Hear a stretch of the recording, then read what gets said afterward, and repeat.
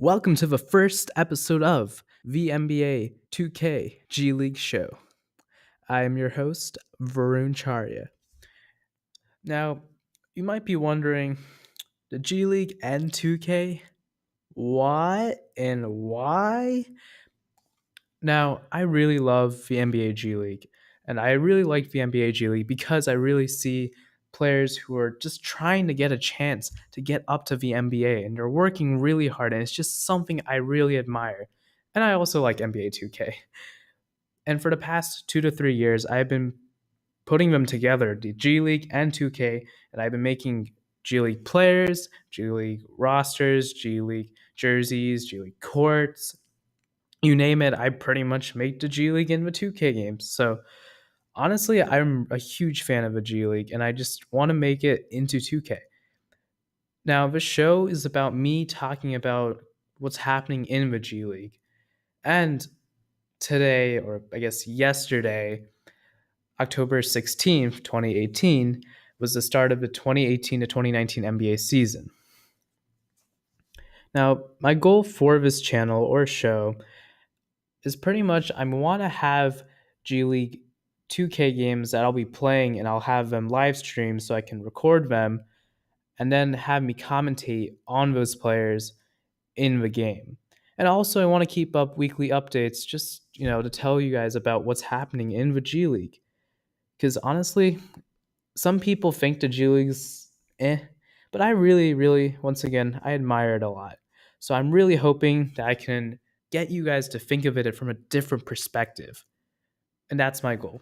So, episode 1, or I guess today's video, is about my predictions on the 2018 NBA draft players who were drafted this past June and who I think could get assigned to the G League. Now, being assigned to a G League is not a bad thing. Players think it's a bad thing, but it's not. And even fans think that, but it's not. They're really good things, actually, because it helps you develop as a player.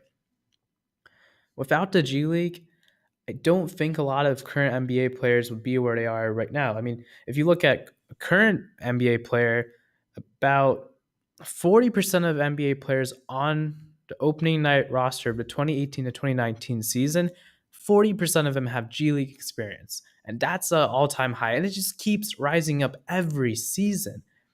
But Rudy Gobert has G League experience. Clint Capella has G League experience. Dennis Schroeder has G League experience. There's just so many good players that have G League experience, and these are really top players. Even CJ McCollum, and these are just guys who are like, they're starters and they're really borderline NBA All-Stars.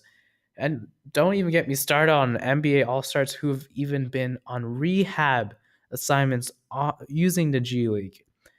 So many players have just been assigned to the G League, and it's so cool just to play with them in 2K, but just seeing their journey coming back from injury to the NBA or just making it back into the league is so cool. So a big part of me covering this G League draft predictions video was looking at the different players who were drafted in years previous. Now, I really wanted to make sure that I focused on looking at players or the amount of players who were assigned in each draft from each year. So I started all the way from 2013, which started from 32. 2014 was 36 players. 2015 was 26 players. 2016 was a high of 41 players, and 2017, last year's draft, was 31 players. So in a way that almost averages up to 30 in the 30 ballpark. And so that just kind of shows that there's a chance that maybe 30 players could be getting assigned this year in the G League. Now, due to the length of this video, I am going to be having different players, and under those different players, they're going to be under the different teams. So I'll be covering all the different teams that I think those players are going to be getting assigned to the G League. Doesn't mean all 30 teams are going to have each player from a team getting assigned to the G League, because this video is just about players in the 2018 draft who were drafted being assigned to the G League. But I'll be putting in a timestamp for each team that I'll be covering, so that can really help in the description. so then you can really monitor which team you specifically just want to listen to. So I'm going to get started with this video.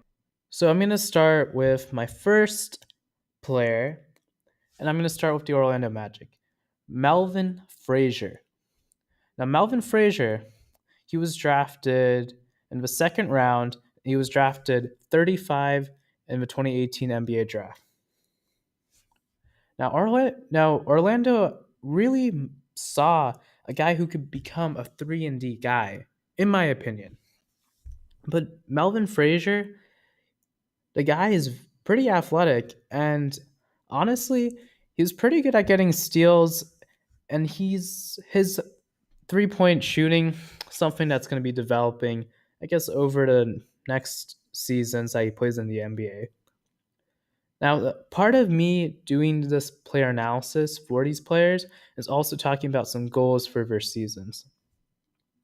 Now, with Melvin Frazier, really strong once again at athleticism, and he's shown that he can shoot the ball and he can also make some big defensive plays.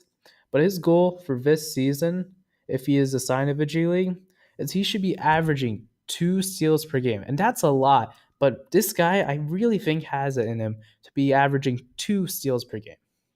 And honestly, he should be trying to shoot over 35% from the 3-point line, because that could just help him in terms of getting to become a 3-and-D guy. I mean, honestly, this guy could eventually become a Robert Covington if he really works, because Robert Covington, he played in the G League for Rio Grande Valley Vipers, and he was a guy averaging over 2 steals a game, shooting like 36 or 37 from the 3-point in the G League, and averaging over 1 block a game.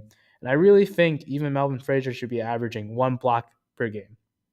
And his mid-range game is not his strongest, so he's going to have to work on shooting at least 42% from mid-range, because that can be a huge improvement in his game. And he needs to just knock down shots consistently. That's going to be a big part. Now, if you're a 3-and-D guy, you're pretty much expected that once a point guard drives and he sees you in the corner, he passes it out, and then you just make the 3 in the corner.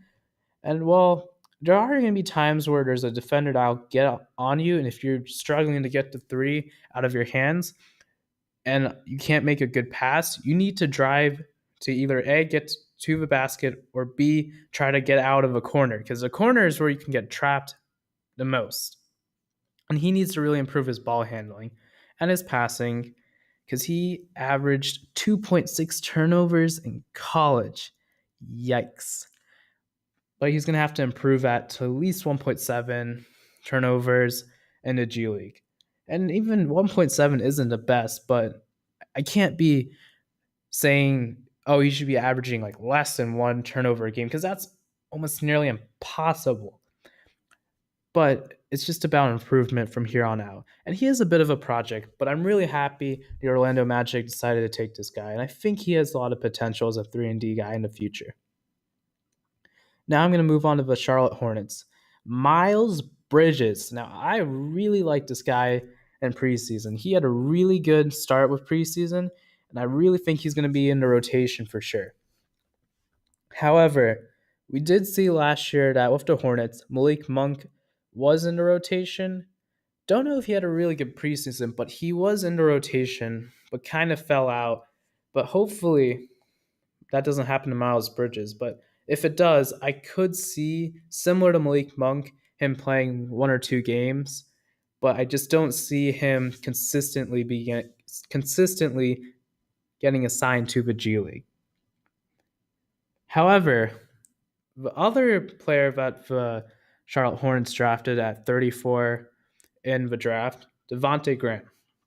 Devonte Graham is a point guard from Kansas, 6'2" point guard, and pretty undersized, but he's still pretty good. For a point guard, he's a senior, so he's 22-ish, so he has a lot of work to do. The potential isn't there as much, but he still can be a guy that if he really gets some reps in the G League, he can really work to improve his game. And I think the biggest thing he needs to do is improve his shot selection.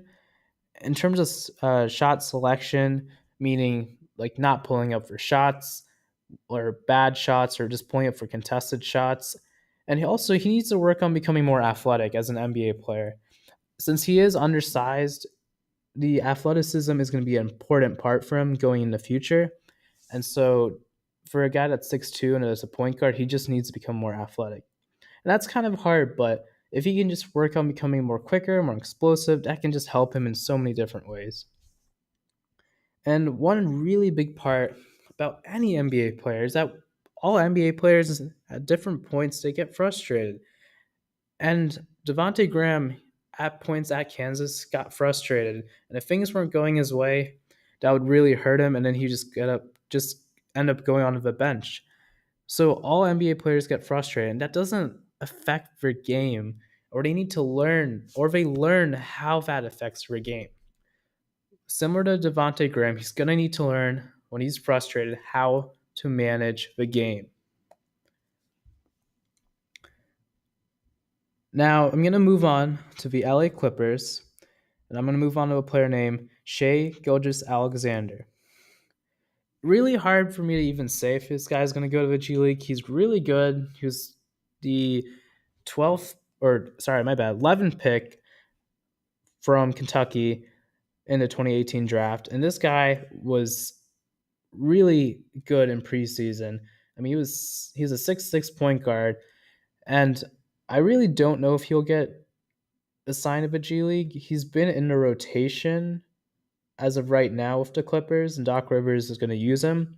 So I really think he's going to be the backup point guard behind Patrick Beverley, but I really don't know if it's going to be a matter of him maybe falling out at one point, or he could get injured and then fall out, and he might need to do some rehab off an injury. Maybe there's a chance he can play 1 or 2 games, but I'm not locked on the idea of him getting assigned to the G League, but I just have it as a maybe. Jerome Robinson. This guy was drafted 13th out of Boston College in the 2018 draft. Now, Jerome Robinson, he needs to improve his shot selection, and he needs to shoot 50% more. He needs to shoot more than 50% from true shooting, because that kind of dictates your how well your shot selection is, and that's something he's going to really need to work on. It's just looking for better shots, and so that's something to really look at in the G League, making sure he's not shooting bad shots or contestant shots, making sure he's taking the right shots at the right time. He's going to need to improve his defensive discipline because his defense isn't the best, and he just needs to continue to work on getting better defensively. He's a good offensive player, but defensive needs work. Now, he needs to draw more fouls. And I think the best way he could draw more fouls is ideally getting into the foul line at least four fouls per game. Drawing at least 4 free throw attempts per game would be perfect for him, just because he can shoot the ball, but driving in to and drawing fouls is a huge plus, especially for the Clippers. And his finishing in the paint was probably one of his weaknesses for sure, and he's going to need to at least try to finish over 65% less, or 65% or more in any field of less than 5 feet in the G League possible. Now, what I mean by less than 5 feet in the G League, that means 5 feet from the basket or less, which is pretty much layups. So making sure he's finishing over 65% from that area. Now, the Washington Wizards, Troy Brown Jr. Now, this guy was drafted 15th in the 2018 draft out of Oregon. He could be a really good 3-and-D guy, honestly, and maybe he could replace Otto Porter Jr. or Kelly Oubre Jr. in the near future. But Troy Brown Jr. is not a good shooter. I mean, he shot below 30% from the 3, and that's a huge weakness. Around 29, but for a small forward, you really want to be shooting a lot higher. So I think his goal should be to be shooting over 34% from the three. And that would be really good improvement if he's assigned to the G League.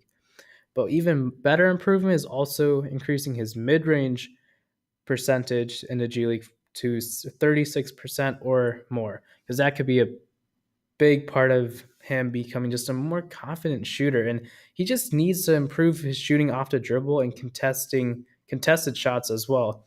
Because this in general, his shooting is just the biggest thing. I mean, he's a good defensive player and he's really good at handling the ball, but he also needs to work on finishing over 65% more than any basket, which is less than 5 feet in the G League. Now, Milwaukee Bucks, Donte DiVincenzo. Now, honestly, this is a really tough one just because I think Donte DiVincenzo, as of right now, he's in the rotation. And it seems like he's going to be in the rotation and he's going to be beating out Sterling Brown and Pat Covington. But I wouldn't be surprised if those two guys end up beating him out of a rotation. But he had a good preseason. DiVincenzo did have a good preseason. So honestly, he could maybe play like one or two games if he gets out of a rotation. I mean, a lot of these rookies, sometimes they just hit like a rookie wall and they just need to get signed to a G League and can really help their confidence. I mean, you look at a guy, Josh Hart, and a lot of people might not be thinking this, but Josh Hart did get assigned to a G League last season.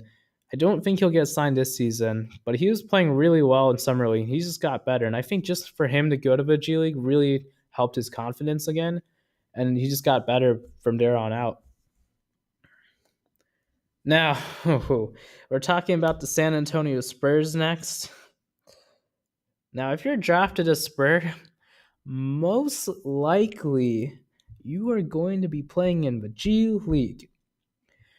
Because if you look at all the past players that the Spurs have drafted, they have played in the G League. Well, not counting like Tony Parker, Amano Ginobili, like Tim Duncan, Kawhi Leonard, not including those guys, but I'm talking about guys out of a lottery, like right outside of 14, guys like that. I mean, last year in the draft, they drafted Derek White, G League. Then 2016, DeJounte Murray, G League. 2015, they didn't have a first rounder, but they had a second rounder, Katie Lalane. And he played in the G League. He didn't even play with the Spurs, but he played in the G League for the Spurs affiliate. In 2014, Kyle Anderson, G League. So Popovich really likes his guys playing in the G League so they can just get experience because the Spurs and the Austin Spurs, they run the same system, very similar to other teams, but they very closely run the same system, and that really helps for the players' improvement and just knowing the system. So I would not be surprised at all if Lonnie Walker to 4 is assigned to the G League. But when I was scouting Lonnie Walker to 4, he really needs to not pull up so much when he's shooting, but he needs to drive more and finish better, trying to finish over 65% from any shots that are less than 5 feet in the G League. Just doing that can really help Lonnie Walker before. Now, looking at the Spurs situation, there's a chance that as soon as he gets back, he could be playing immediately. I mean, the Spurs, they don't have a good point guard as of right now. Their starting point guard, DeJounte Murray, injured. He tore his ACL, so he's really most likely not going to be coming back for a while. Derek White is out for about 1 to 2 months. And then they had Tony Parker and he left. So really they don't have a third point guard, but they have Bryn Forbes and he played in the G League. But Bryn Forbes is more of a shooting guard and he's really good at shooting the ball. So maybe to see him play the point guard could be a good thing. Maybe he has more than just shooting, but it really is going to take away from Bryn Forbes' shooting as a player. So hopefully Lonnie Walker the fourth can maybe run some point if he can come back. But It's really hard to know as of right now, especially since he's injured and he's a rookie in the Spurs system. There's a chance he'll be going to the G League. I honestly think it'll happen. And by the time Lonnie Walker the fourth also comes back, his torn MCL should be healed in about 2 to 4 months. But also Derek White should be also healed from his injury. So most likely there's a chance Lonnie Walker the fourth could be getting assigned to the G League. Chimeze, Metu. Now, the Spurs don't always sign their second rounders, and I think this was really interesting for them to do this. Where past second rounders don't really get assigned or don't really sign with the Spurs the year they get drafted, they normally go to the G League or they go overseas to play. And really surprised me when the Spurs decided to sign Chimeze Metu out of the University of Southern California. It just kind of surprised me because they don't normally sign their second rounders. So the Spurs are really high on this guy. Now, the only issue is that, or not the only, but there's multiple issues that 18 out of 34 games, he had 3 or more fouls. And remember, in college, you can only have 5 fouls, and that's where you foul out. So 3 or more fouls isn't really a good thing. So he needs to be less aggressive and try not to foul as much. And he needs to improve his passing and turn the ball over less, because as a big man, you really need to make sure you're a good passer out of the post, and that's a big trait. And you cannot make bad passes nor lose the ball in his hands too easily. Now, this guy only gets 7.4 rebounds for a player who is 6'10". He could totally improve there, but he is skinny. He is 225 pounds. Now, you might be thinking 6'10", 225 pounds, that's a lot. But honestly, if you think about it from a GM's perspective, this is pretty much how. At 6'10", 255 pounds, we've got a really good center. And at 6'10", at 225, we got Chimeze Metu. Now, the reason I said that was because he is skinny for a big man. And normally they're about average 250 pounds for pretty good big men. And so he's very skinny. So I think if he can improve and get stronger, he can definitely get more rebounds. Hopefully his goal is to get at least 9 in the G League. That would be an awesome goal. And big improvement to his game is the fact that he's starting to shoot more threes. And then hopefully he can shoot like 33% or more from the three, or even 35% or more than the three, just to see his improvement, because I really think the Spurs like his stretch big potential. And he was definitely taking threes in summer league, so I really think the Spurs like it. Now, moving on to the Minnesota Timberwolves. Now, we're talking about the Timberwolves. Now, when we talk about the Timberwolves, we talk about Tom Tibbs. Tibbs drafted 2 guys, Josh Okogie. I'm totally butchering this guy's name. Really sorry, Josh, but I'm butchering your last name. But if you're under the Minnesota Timberwolves and Tom Tibbs, Tibbs only has an 8-man rotation. And he plays the stars like 36 minutes a game. Even more, like 37. Like, he plays his starters a lot. And so the likelihood of Josh or Keita Bates-Diop, most likely butchering his name as well, but I'll have to get it right for the future. These 2 guys are most likely going to be playing the G League. I can really not see them playing in the big club unless they do a really good job and impress Tibbs, but it's kind of hard to predict that right now, but I really don't see that happening as of right now. However, with the Jimmy Butler situation, maybe something can change. I don't know, because Josh is a shooting guard, so maybe something could change. But now Josh, he's a score first shooting guard. but he can't play the point guard super well. Just because he needs to improve his passing is a big thing. And he's also very hesitant to take threes. So I think a good goal for him is to shoot about 5 or more threes a game, would be just a really good goal. And he really needs to play more off the ball just because he has the ball in his hands a lot as a shooting guard. And so if he can play more off the ball, that can really help his value increase. And of course, he needs to improve his finishing. His goal: finish over 65% from 5 feet or less in the G League. Now, Keita Bates-Diop, he has the potential to be a 3-and-D guy, and he needs to hone in on his three-point shooting and defense in his G League season.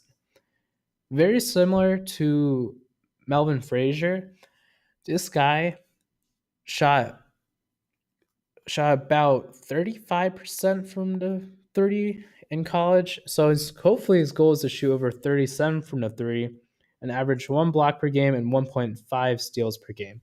If he can do that, and especially since this guy was a senior, so technically he's about 22, but he has a lot he can focus on to become better. I mean, he's a really good potential 3-and-D guy. He just needs to continue to become a better shooter, especially off the dribble, because that's really where he struggles the most. But as a 3-and-D guy, you might not always be coming off the dribble, but it's just important that you're focusing on all parts of your shooting, because especially if you're a guy who can shoot off a dribble, I really think that can help you become a better shooter, and also just a guy who can just knock down shots even easier. Because when you think about it, when you shoot off a dribble, you're moving more. And so you have to really make sure that your hand positions on the ball are more stable. And so that really helps you continue to get better grip with the ball. So when you're playing just standing still and just shooting a shot, that just helps, because if you're shooting off a dribble, then you're more likely to make shots if you're just standing and shooting the ball. And hopefully he'll finish over 65% from 5 feet or less in the G League. And he really needs to tighten his handles and decrease his turnovers. He is 6'9", and I feel like some people almost at points view him as a power forward, and he can play at a power forward, but I really think he should stick to playing the small forward if possible, just because that would be good development for him. Because if his goal is to become a 3-and-D guy, that would be good. And he needs to decrease his turnovers from 1.8 in college to 1.5 in the G League. And he can do pretty much everything, but he's just not a master of none. So he's an all-around guy, but master of none. Now, Grayson Allen from the Utah Jazz. Grayson Allen was drafted 21st in the 2018 draft out of Duke. Now, I don't see Allen maybe playing in the G League. He could if he falls out of the rotation to Alec Burks. He had an all right preseason. Maybe he'll play like a couple of games, but I don't know if Grayson Allen will get assigned to the G League, or maybe just not a lot. Now, Chandler Hutchison from the Chicago Bulls, drafted 26th in the 2018 draft. And I really think he'll play some games, but really depends on how Justin Holiday and Denzel Valentine are. Originally, I thought the way that Chicago's rotation was going to work is that Jabari Parker was going to be at small forward, then Denzel Valentine, then Chandler Hutchison. But apparently the Jabari Parker experiment at small forward did not work at all. So now they've had to change that completely, at having him be a backup power forward. And now that pretty much opens up some minutes for Chandler Hutchison potentially. But now Justin Holiday is going to be playing the starting small forward. Until Denzel Valentine comes back, maybe Chandler Hutchison will definitely play some minutes in the Bulls rotation. But if Valentine comes back, I think he's going to lose some minutes in the rotation. He'll probably fall out of the rotation, to be honest. And I think at that point, he'll get signed to the G League. Now, Chandler Hutchison's mid-range game needs improvement. needs to shoot over 36% from the mid-range in the G League. Now, it's not over 40%, but just over 36% can just be improvement therefore. And he needs to improve his passing and ball handling. And he just needs to shoot over 5 threes a game. And he just needs to stop being hesitant on shooting them. And that will really help his shot selection. Now, like I mentioned, he needs to improve his passing and ball handling because he had 3.4 turnovers a game. 3.4. Like 3.4. Like, that's a lot. So he needs to improve that. So honestly, I think the biggest thing is that he just needs to try to get less than 2 turnovers a game. That should be his big goal for his G League season if he plays in the G League. I'm going to move on now to Aaron Holiday from the Indiana Pacers.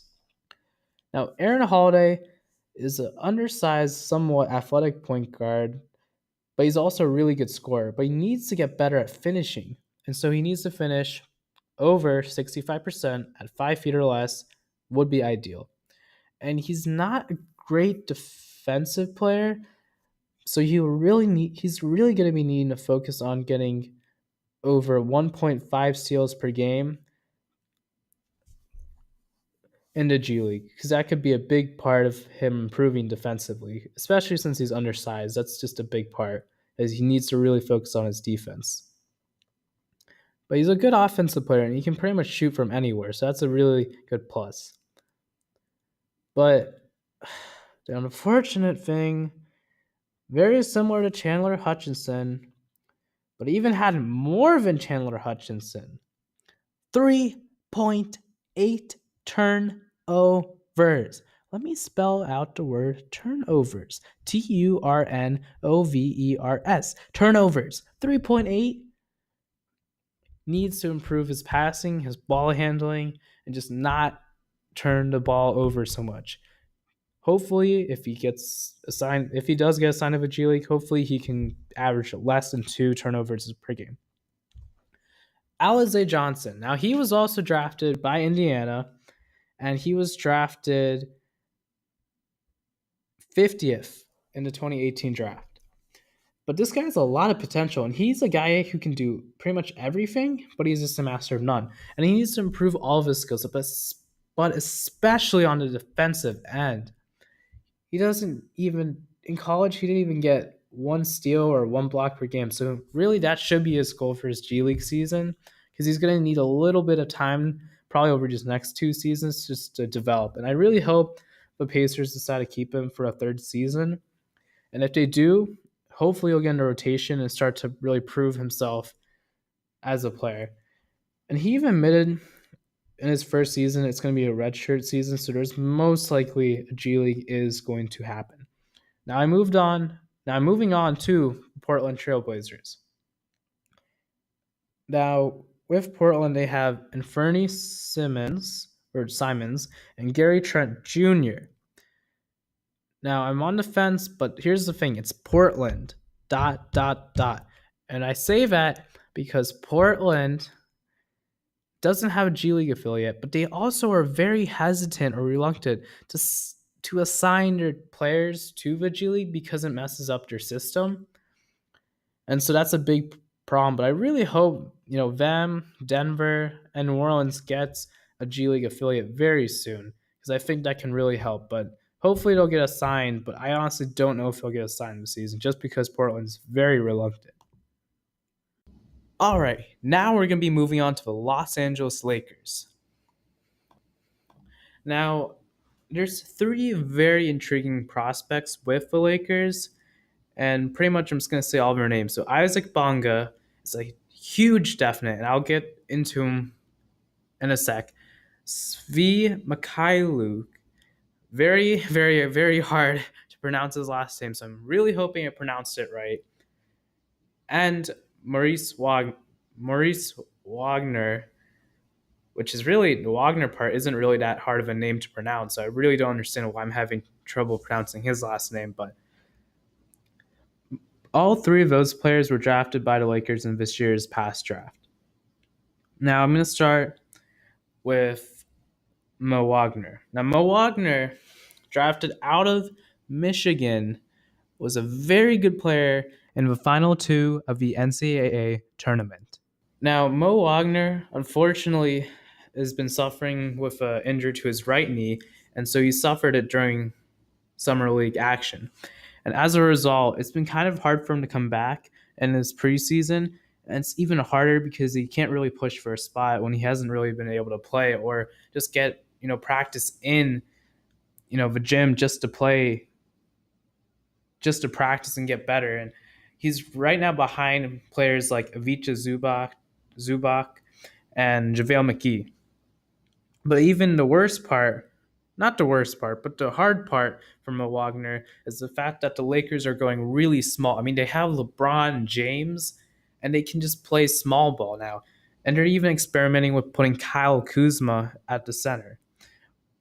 And so as a result, that just takes up more center minutes, which is really hurting Mo Wagner, in my opinion. And the Lakers, they just have so much talent ahead of him that it makes it really hard for a guy to come back. I think the main thing is once he gets back, he needs some playing time since he's been out for so long. And so I really think he will be getting assigned to the G League. Now, my hope is that when he is in the G League, or if he gets assigned to the G League, that he needs to really be more explosive and he really needs to improve his quickness, especially his lateral quickness. Unfortunately, he has a tough time guarding bigs, and that really showed. I mean, one time Jaren Jackson Jr. dunked on him in the Michigan State versus Michigan game just because Mo Wagner wasn't quick enough. And so that's a huge thing that he's going to really need to work on if he really wants to get better in the future. Another big thing is defense. Defense needs to improve.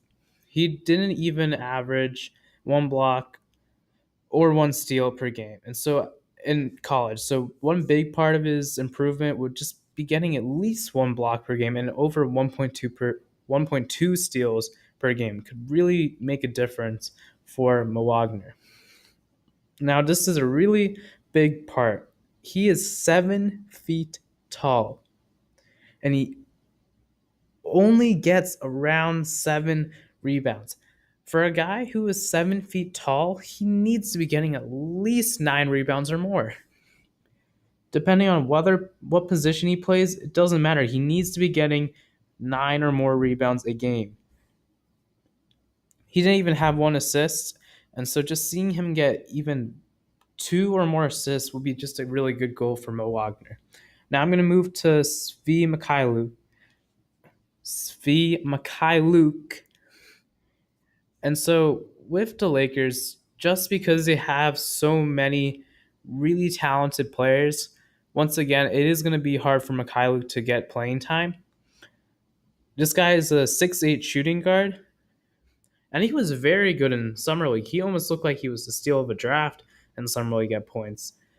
And so, honestly, I really think the Lakers are high on this guy, but there's just a lot of problems in terms of playing time ahead of him and just player depth that's going to be really hard for him to get, playing time. So just due to the amount of talent, I really don't see him getting a lot of playing time unless the Lakers don't make the playoffs.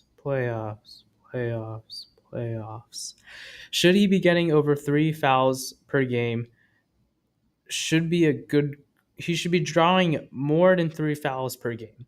That would be a good goal, but he doesn't drive to the rim enough, and that's the problem. And when he does, he's just not aggressive. He shies away from contact, which really hurts in terms of getting fouls. So if he can get more than 3 fouls or just more than 4 fouls per game, that can be a huge improvement for his game. And he should only be turning the ball over 1.5 times a game. Now, I know 1.5, it's still not that good, but it's definitely better than more than 2 turnovers a game. Once again, it just takes those little steps to improve your game vastly, just to get better at the game. Now, for a player who is 6'8", he only had like 3 to 4 rebounds in college. And that is something he's really going to have to improve on.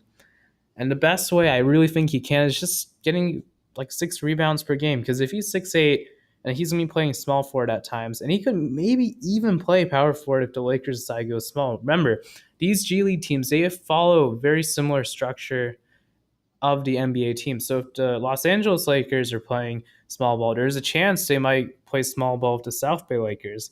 There's possibilities there. So just seeing that could be a huge part. So if he's playing the power forward, it's going to be really crucial that he's definitely grabbing rebounds.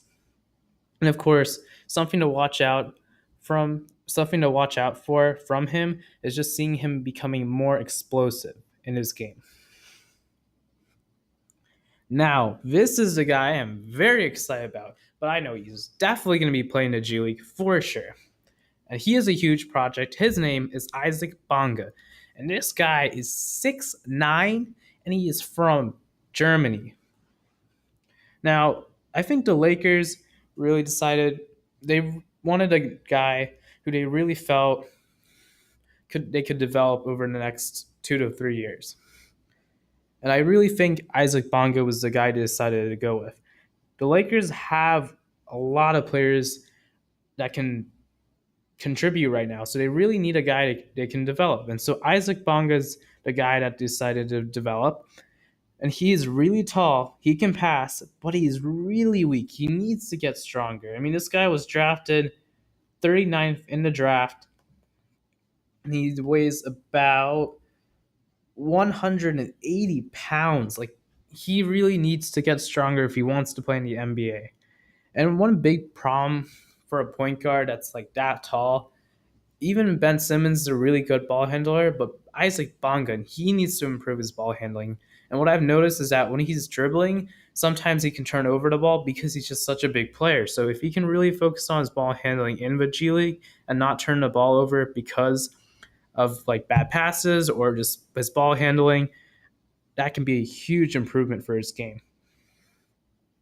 And another big thing is that he really needs to improve his rebounding. He only got like 3 rebounds per game. I mean, he is playing the point guard spot, so that does make sense, but he's also 6'9". And if you look at Ben Simmons, he's playing the point guard spot a lot of times, and he's like 6'10". So, and he gets like 7 rebounds per game. Even Lonzo Ball got like 7 rebounds per game, and he's 6'6", and he's a point guard. So not really a big excuse for not getting rebounds. I think part of it has to do with strength, but he can totally get better at rebounding, just playing different positions and just getting stronger. And I really think he has a chance to get more rebounds. Hopefully he can get about 5 rebounds a game. And honestly, I'd love to see him get some triple doubles because this guy can pass, and if he can really get better at rebounding, if he can just get the rebounds and he can score, then he can most likely get some triple doubles this G League season.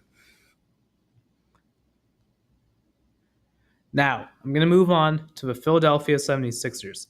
Landry Shamet really needs to improve his defense and his explosiveness. And I think a big part of it is that he's just not really an explosive guy, but he is very good on the offensive end. He's a good shooter, and that's something he's going to need to really stay consistent with. And as of right now, he's in the rotation with the 76ers due to the amount of injuries that the 76ers have. He's honestly right now playing small forward. So once those injured players come back, there's a chance he'll probably end up going to the G League.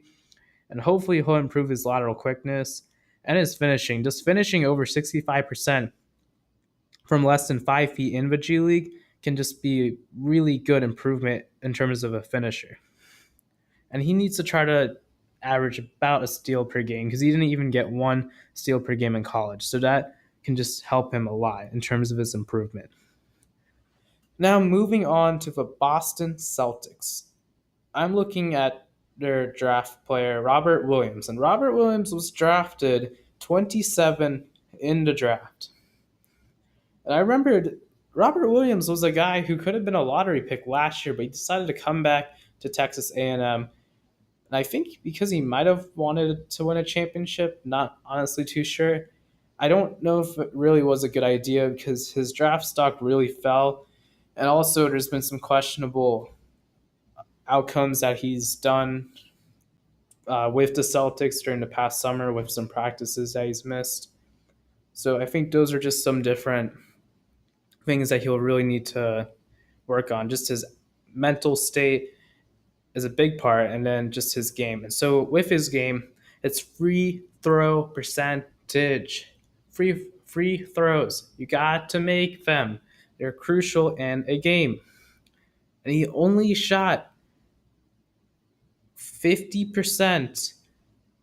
Actually, not 50%, my bad. 47% his sophomore season in college.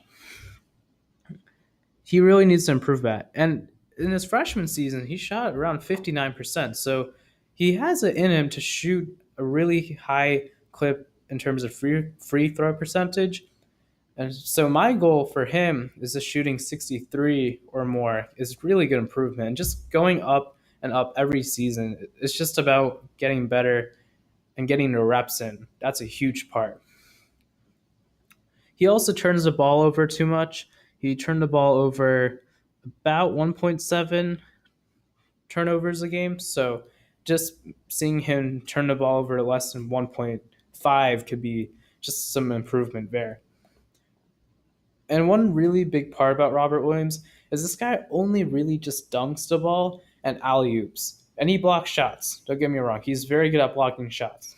But besides that, on the offensive end, when it's not defense but just offense, he can really only dunk and alley oop. And if there's no dunks and alley oops available, he's kind of pointless. So he really needs to work on his shooting, and it doesn't matter like his percentage. He just needs to take more shots and just get more comfortable, and then he can focus on increasing his percentage. And his post game really needs work. His fadeaways need work, and also his turnaround hook shots. So just seeing him take more post hook shots and seeing if he can maybe just shoot over 60% from those post hook shots can just be improvement for this guy.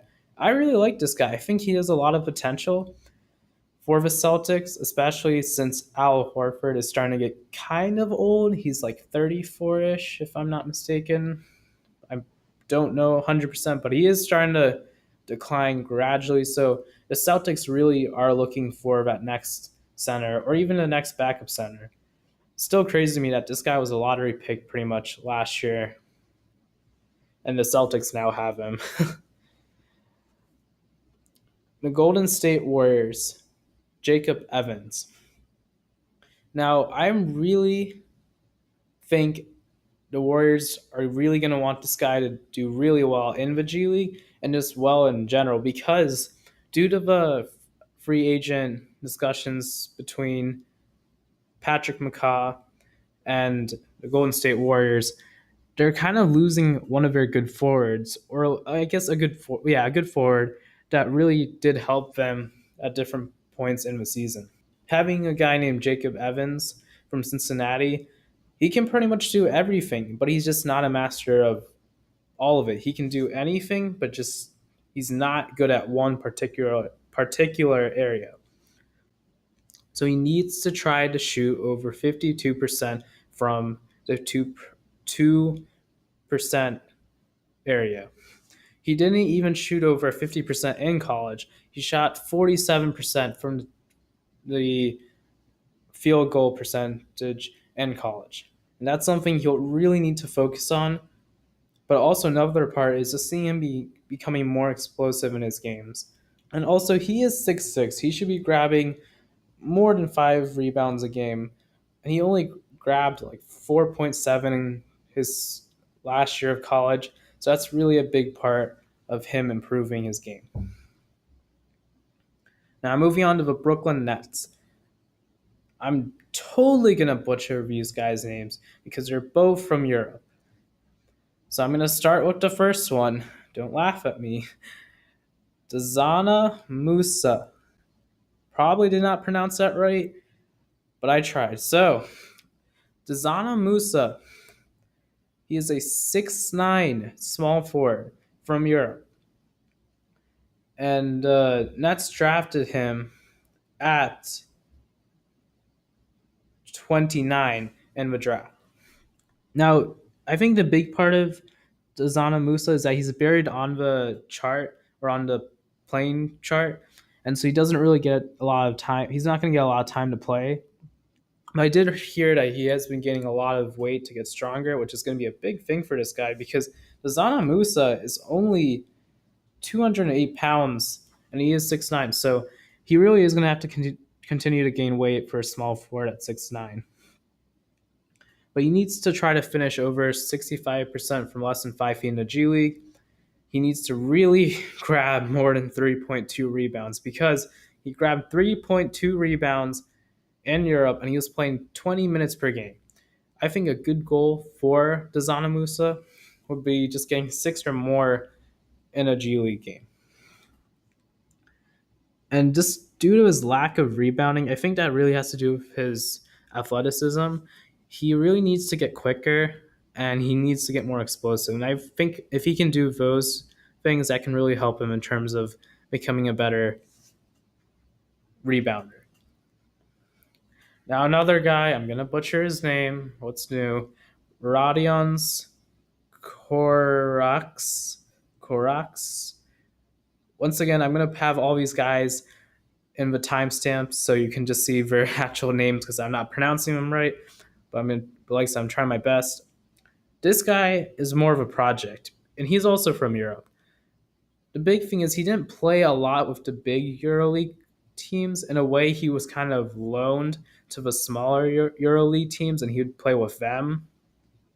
But he really needs to just improve his defensive IQ in terms of his positioning, and I think that's the best way to really judge his defensive IQ is just seeing how well he does in the G League games. And he is going to be playing a lot in the G League. I'm pretty sure the GM of the Nets, Sean Marks, already confirmed he's going to be playing in the G League for sure.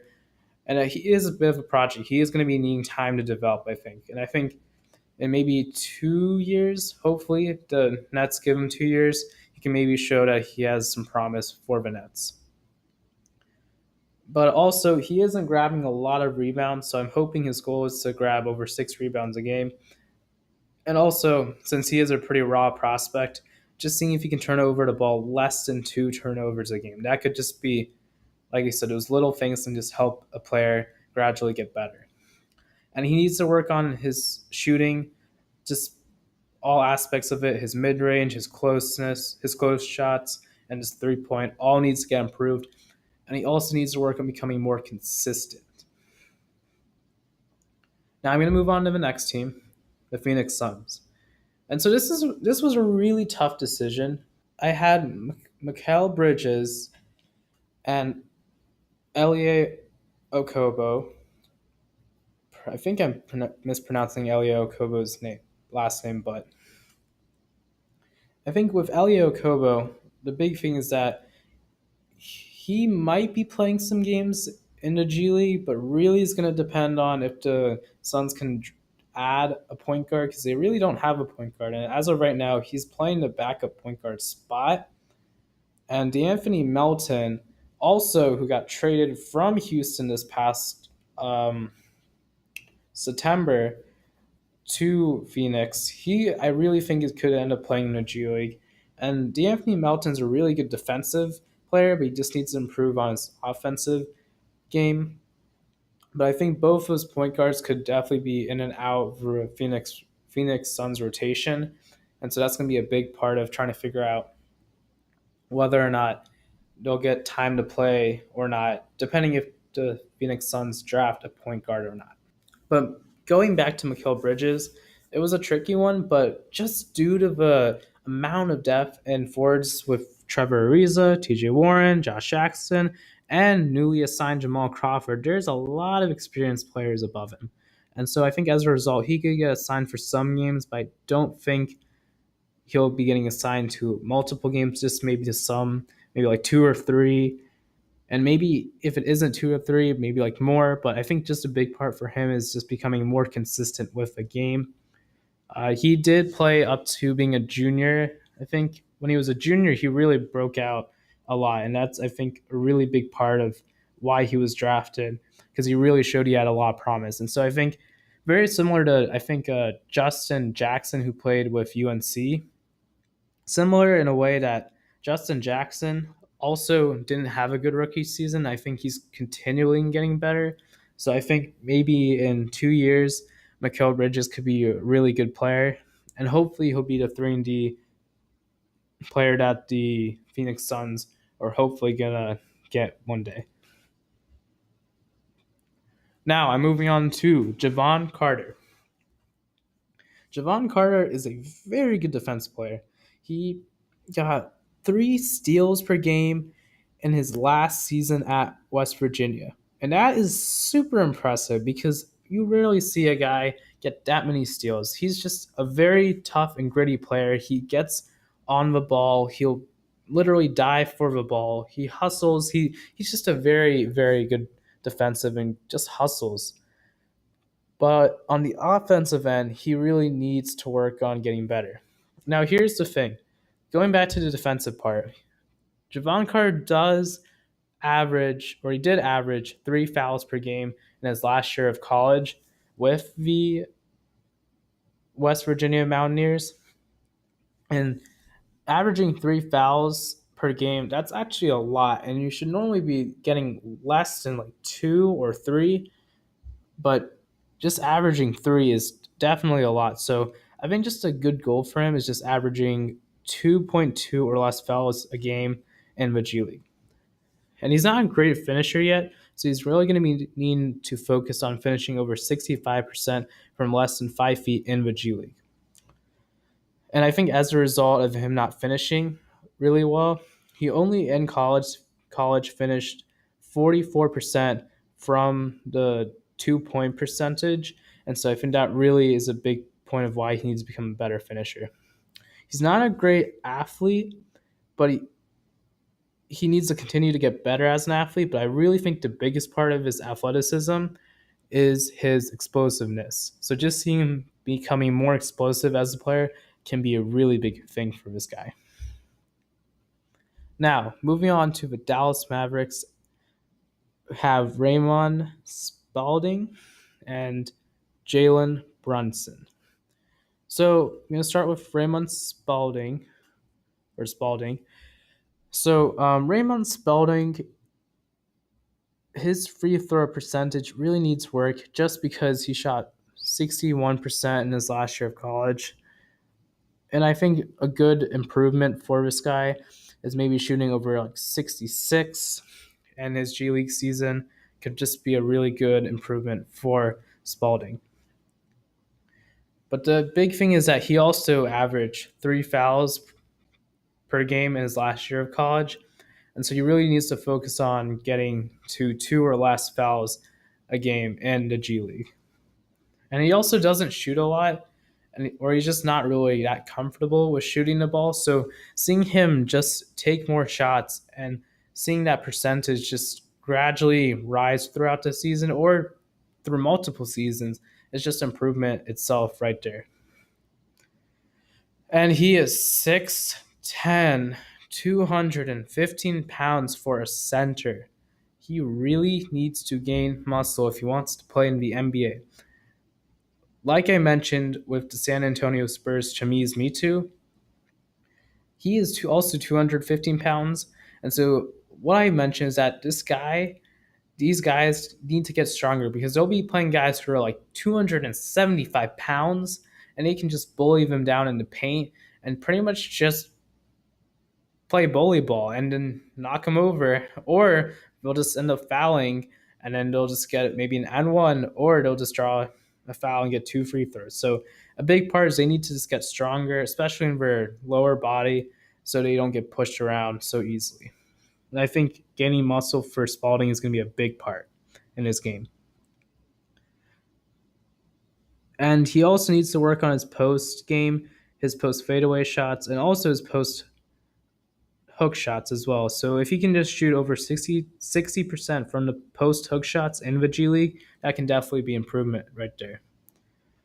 Now, Jalen Brunson. I really like Jalen Brunson because he really improved throughout Villanova. And after he left in his junior season for the draft, I think the biggest thing he's going to really need to work on is just his athleticism, but really just his explosiveness. I think he's pretty undersized for a point guard at 6'3". So if he can just become better at becoming more explosive, I think that's going to really help in terms of not really worrying about being undersized.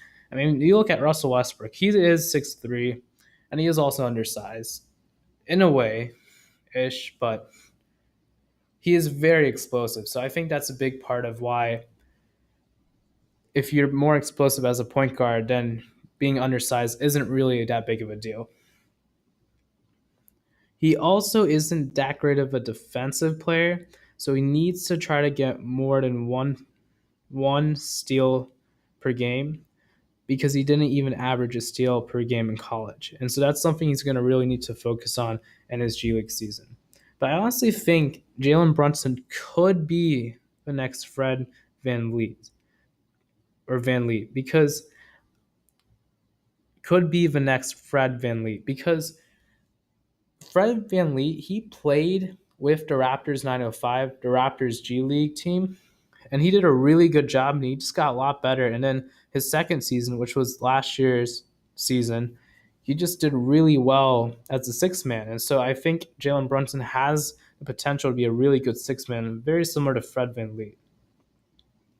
Moving on to the Detroit Pistons, Kyrie Thomas and Bruce Brown Jr. Kyrie Thomas really needs to tighten his ball handling, and I think the best way to judge that is by looking at how confident he is with dribbling the ball. You can kind of just tell a player's confidence in seeing how high they dribble the ball. And also, if you look at the game, you can also see in the game stats how they turned over the ball. And sometimes it's just turnover is a ball handling issue. So really looking at that stat, but also just seeing him in game, seeing how tight his ball handling is, it's going to be a really big thing for Kyrie Thomas.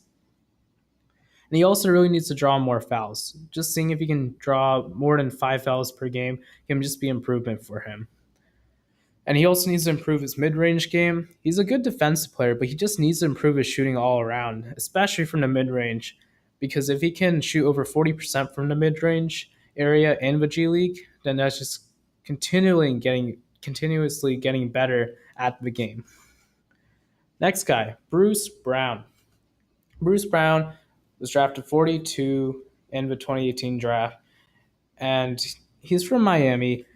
He needs to really work on shooting off the dribble, and if he can really focus on that, he'll become better at all parts of his shooting, because when you're really good at dribbling off the ball or shooting off the ball, that really helps in terms of shooting open shots and even, in my opinion, contested shots, because shooting off the dribble is a lot harder than shooting open and contested shots.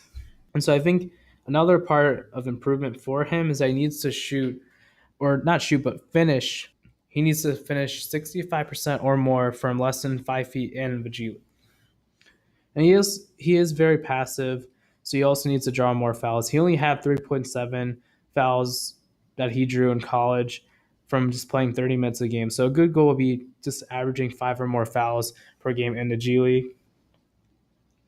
And as part of his shooting, he really needs to focus on shooting over 50% from the 2-point percentage, because he was at 48% at the 2-point percentage in college, and he was at 41% of a field goal percentage.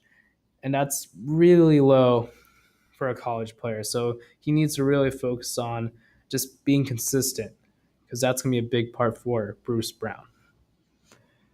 Now, the next guy, Jared Vanderbilt. Now, this is a tough one because Jared Vanderbilt, he plays for the Denver Nuggets. And a big part for Jared Vanderbilt is he hasn't played a lot just because he's had a right foot injury. And he also played 17 minutes per game at Kentucky. Vanderbilt was drafted at 41 in the draft. But I think a big part for Jared Vanderbilt is that he's going to need to pretty much improve everything. And he hasn't played a lot, so I think his shot selection, his shooting, his defense, his ball handling, his passing, his finishing, pretty much everything. But he has a lot of potential. But if he can just focus on all aspects of the game, he can pretty much get better as a player. And hopefully Denver can bring him in slowly so he can get some playing time. But I don't really think he's going to be playing a lot, especially with his foot injury. I really think that they're going to be very cautious in terms of monitoring his foot injuries in the future. Now, the last guy on our list, Hamidou Diallo. Or Hamidou Diallo. There we go. Got the name right. Hamidou Diallo could have been a first rounder last year in the draft. He was coming out of I think the academy, or actually no, Hamidou Diallo was playing. Hamidou Diallo already joined Kentucky, and so he was exploring whether or not he wanted to declare for the draft last year. He could have been a first rounder, but he decided to go to Kentucky, and it kind of didn't really help him too much because he ended up being drafted 45 in the draft. So I guess playing at Kentucky kind of dragged his stock down, but this guy is really athletic, and it really showed at the combine. But things he is going to have to work on is his shooting, and like every part of shooting is just making sure you take good shots, and your shot selection or your shot IQ is very high.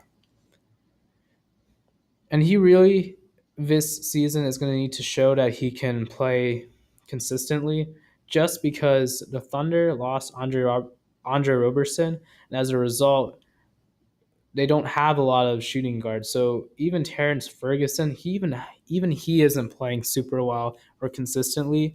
And I think Hamidou Diallo is right now in the rotation, but I think till Roberson gets back, he'll be playing. But once Roberson gets back, he could be getting assigned to some games. But I really think he needs to take advantage. And if he does play in the G League, I think he really needs to take it as an opportunity to get better in the G League. So those were all the players on my list. So that is a total of 34 players who I think could be getting assigned to the G League this season out of the 2018 draft.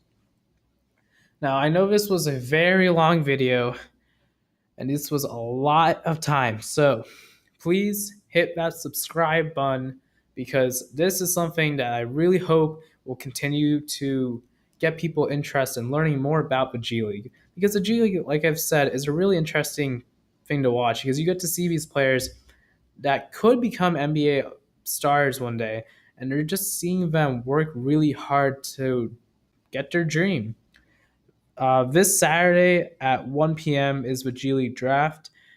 Follow Adam Johnson on Twitter. He is in charge of 2ways10days.com. He'll be live streaming the G League draft on Saturday. And so I think it's really good that he has a lot of knowledge. And if you really want to learn more about the G League, I highly recommend you check out his Twitter and his Twitch account, 2ways10days, tomorrow at 1 p.m. because he'll be talking about the G League players who are getting drafted, and pretty much just anything about the G League. And my hope is that after the G League draft tomorrow, I'll have a new video of me talking about those G League NBA vets who entered the draft trying to make it back to the NBA. So that's my goal, is to have a video for that. Now, I really want to thank you for listening to this very long episode of the NBA 2K G League show. I am your host, Varun Charya, and I'll see you guys later.